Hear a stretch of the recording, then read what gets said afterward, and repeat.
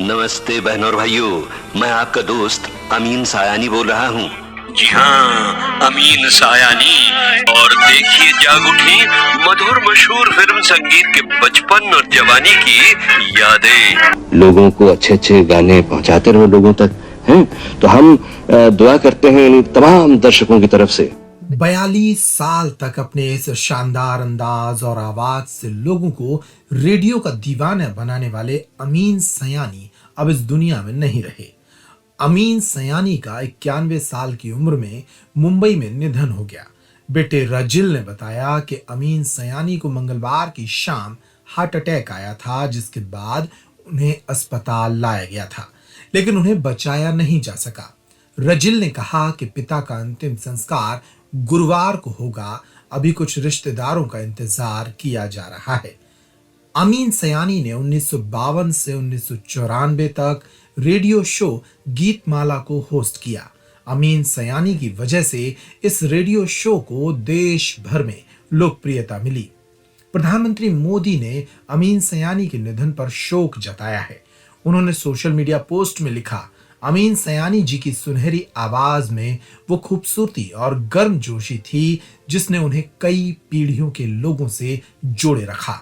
अपने काम के जरिए वे भारतीय ब्रॉडकास्टिंग की दुनिया में क्रांति लाए और अपने श्रोताओं के साथ खास बॉन्ड बनाया।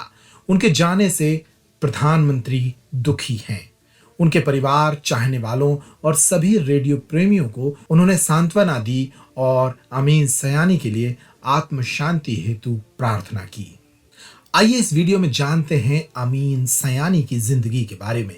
21 दिसंबर 1932 को मुंबई में जन्मे अमीन मल्टीलिंगुअल फैमिली से ताल्लुक रखते थे। सयानी ने रेडियो प्रेजेंटर के तौर पर अपने करियर की शुरुआत ऑल इंडिया रेडियो मुंबई से की थी। उनके भाई हामिद सयानी ने उन्हें यहां इंट्रोड्यूस कराया था। 10 साल तक वे इंग्लिश प्रोग्राम्स करते रहे। आजादी के बाद उन्होंने हिंदी की ओर रुख किया। सयानी को असल पहचान दिसंबर 1952 में शुरू हुए रेडियो शो गीतमाला से मिली। सयानी का शो बिना का गीतमाला पहले रेडियो सिलोन पर ब्रॉडकास्ट होता था। यह 30 मिनट का प्रोग्राम था।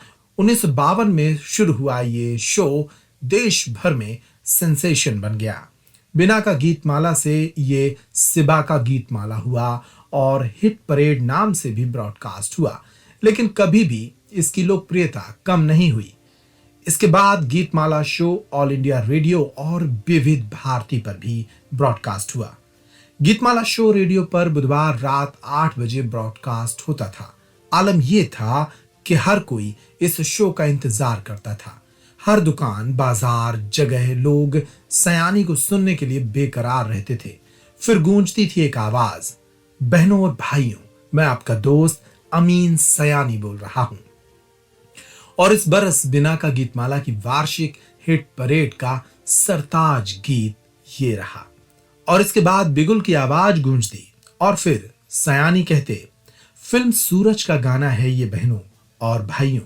इसे गाया है मोहम्मद रफी ने। अमीन सयानी को कई अवार्ड्स भी मिले। उन्हें 1991 में gold medal Indian Society of advertisement की तरफ से दिया गया। वे person of the year award 1992 रहे लिम्का बुक ऑफ रिकॉर्ड्स के लिए।